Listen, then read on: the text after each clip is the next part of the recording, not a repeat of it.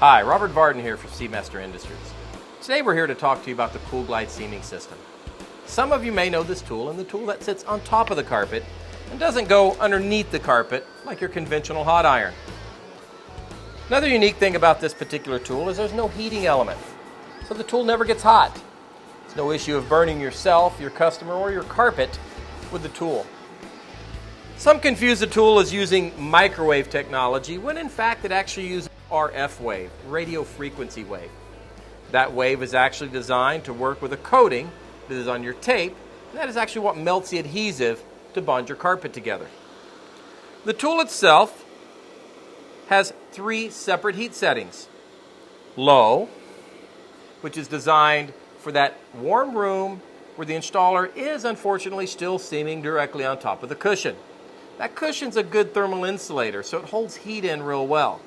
So in most cases in the warm room, that low setting is going to be fine. In the event the installer uses a seam board, several do, and I strongly recommend it, be it a Teflon product, a plywood, a luau, what have you, those surfaces are going to draw some of the heat out of your tape. You obviously need to compensate for that and bump up a heat setting. The high setting is maybe you get into a cold environment, cold carpet, using a seam board where you just might need a little bit more heat to get a good melt on that particular tape. The tool also has what we call the T button. They call it transverse mode. I just like to call it turn mode. T button is designed that when you get to the end of a seam, you can actually turn the tool and center it on the tape. What the T button does is it cuts the power down so that you're only sending enough energy to melt that small much of a surface of the tape. Nice application for the T button is actually in your doorways where you have the door frame, kind of need a little more heat to get around.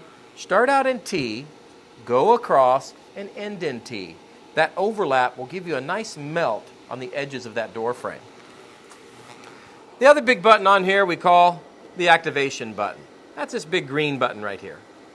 Notice when I push this activation button at this point, and you can push either side of the button, just don't push the light in the center, that light just blinks.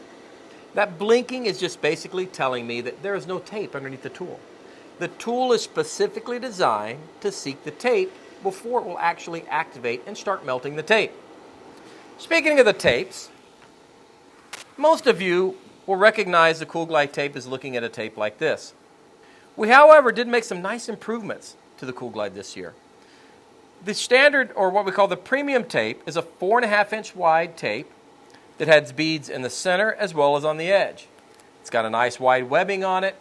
It also comes in silicone and non-silicone paper. Silicone basically is if the installer is seaming directly on top of the cushion, that silicone will aid him and not have him sticking to the cushion as much as a product that does not have silicone. A new product for us this year is what we call our standard Kool Glide. This particular tape, if you'll notice, has a little bit narrower webbing and just a little bit less adhesive than its big brother, the premium. I tell you, for a nice medium traffic residential application, this standard is an awesome tape and it will do just fine for you. And is much more economically priced than the premium version. The standard tape only comes in an uncoated version. It doesn't have a silicone version to it, just uncoated. But I'm going to strongly recommend that you actually use a seam board. We're going to kind of cover a product we released this year. What we wanted to do with the Kool Glide system is take a great tool and incorporate a great system for creating great seams around the tool. So the first thing we wanted to do is develop the surface in which that seam is being constructed on. Many installers today, against advice of CFI, Certified Floor Covering Installers, and even many manufacturers, are still seaming directly on top of the cushion. You are basically constructing one of the most sensitive issues sometimes to the consumer, and you're constructing it on a surface that is unstable.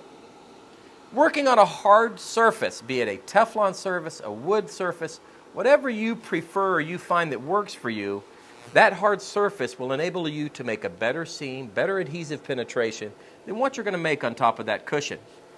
The next thing we wanted to do is we wanted to develop and simplify as best we could the seam sealing process. Now the system works well if you use a latex, an acrylic, it really doesn't matter. But there are so many benefits to using a hot melt adhesive from a glue gun. What we did, or what I've done with this particular gun, This tip has got a tip from Taylor Tools. I believe it's called the micro tip. The nice thing about this tip is the first thing I will do using the Kool Glide is I will take and I will put my tape and center it nicely underneath my seam. I will then take this particular gun with this tip, and you can use any gun, but I really like the tip. And I will run a nice little 1/8" bead of adhesive, might have got out of your frame there, down the side of this material. Once I've done that, I will then go ahead and insert my seam board. Notice with the Teflon seam board, we designed a 16-gauge stainless steel guide that is actually one-sided. What that enables you to do is just lift one side of your material up, slide your seam board in place, go ahead and drop your other sheet down, start burning your seam. Another beautiful thing about using your hot melt versus your latex or acrylics is that there's no weighting. If you are using a latex or an acrylic product, you must let those products dry. And that doesn't just go with a Kool Glide, that goes with a conventional iron as well. Those are water-based products. They will not stick to a thermoplastic in any tape unless they are dry. You need to make sure those are dry. So the nice thing about using the hot melt is there's no weighting. I can just put it on and start burning my seam. Take your tool, get it nice and centered on the seam, and I'm trying to turn this so that you can get a good view of the operation of this tool. And this is for those that have never used the tool. I like to refer to the steps in using this tool as mark, move, and activate. And once you've done about 20 feet of the seam, it kind of starts becoming natural. By mark, I mean the movement of the tool is going to be from the front arrow on the side of the tool to the rear arrow on the side of the tool. So, activate the section. Notice now that the green light that I was pushing earlier stays on. That green light staying on is basically telling you that it went down and it sensed the tape, it activated the tool. It will then see just exactly what heat setting you want that tape heated to. Once it's done that, your light simply goes off. At that point, mark, move, and activate. Then go ahead and put your seam together. Nice hard surface, nice smooth roller to get good adhesive penetration into the backing of the material. Again, once your light goes out, it's a simple process of mark it. A lot of times I will just use my finger. Mark, move, and activate. Go ahead and keep your seam nice and tight and put your seam together. Another nice little bonus about the Teflon seam board is it is so nice and easy to remove at the end of your seam. Last shot, mark, move. I'm going to activate that last shot. Now, in our industry, there's always been a lot of issues with seam peaking. For those of you that I'm sure you've experienced seam peaking, but have often maybe scratched your head as to the cause, it's really pretty simple. What you've done when you have cut the material to be seamed, you've basically then, once you've cut it, you've actually, when you seam it together, you're only attaching the device to the bottom of the material. When you then stretch that material, much like the tug-of-war theory, when you pull on both sides of any object that's flexible, unlike, stretching your carpet in, everything's going to pop up into that line of tension. So with your tape down here, as you stretch it, it pulls that seaming tape up into that line of tension you're creating when you power stretch that carpet. So what happens is that hinge suddenly now raises, and there you have your seam peaking. Nice benefit out using your hot melt adhesive.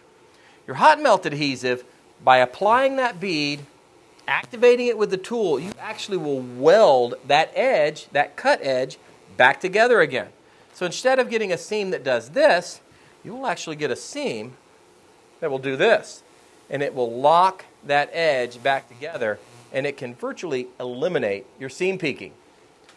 I've had people that have questioned how well that bead transfers across the seam when you only apply the one bead. Well, for any of you, when questioning it, this was a piece that I seamed together earlier, and I actually broke it back open while the seam was still hot so that I could actually see how well that seam sealer transferred to the other side. And as you can see, it did a beautiful job of transferring across and sealing both of those cut edges. You know, another thing nice about this system that is unlike your conventional system is that any part of this seam here that I just put together for you, I can reactivate at any time from the surface. With a conventional seaming iron, if I were to go in to look at a seam such as this, and probably 80% of the time, if there's a seam issue, once you brush it up and you look down at the actual seam construction itself, the majority of the time you'll find two things. Maybe a little bit of a gap, meaning your backings have separated slightly, or you've got a little bit of an overlap, where one of those edges have maybe just set right on top of the other, causing that yarn to kick up and give you that ledging effect, make your seam more visible. To fix a situation like that with a conventional iron, you don't have too many choices really. You're pretty much going to have to pull it up. Take your old iron, melt the tape off the back, remake the seam, stretch it back in, and you just blew probably a half a day. The nice thing about the Kool Glide system is I can take that seam area that is affected. If I've got a gap in the seam, what I will usually do is bring my little power stretcher, my little crab stretcher in, drop it down and make it a little bit full so that I've got enough material to close that seam up. If I've got a small little overlap, I'll drop a few stay nails in so that I'm holding the stretch because I power stretch the material, and then simply go ahead and just activate that particular section of the seam. Once again, you will wait for that light to go off. Once that light has went off, you can simply set the tool to the side and go ahead and open that area right back up again and make whatever adjustment you need to make in that seam. Put it right back down into the same adhesive, the same tape, give it a nice roll, give it a few minutes to cool, pull your stay nails, pull your crab stretcher, and go home. I've only touched on many of the benefits that can be done with this Kool Glide system. There will be other videos actually that we're going to make on pattern matching, the ease of dealing with pattern elongation, and several other things that I can do with this tool that I just can't really do very well with a conventional iron. So thank you for watching, and I'll look for you in another one. Have a good day.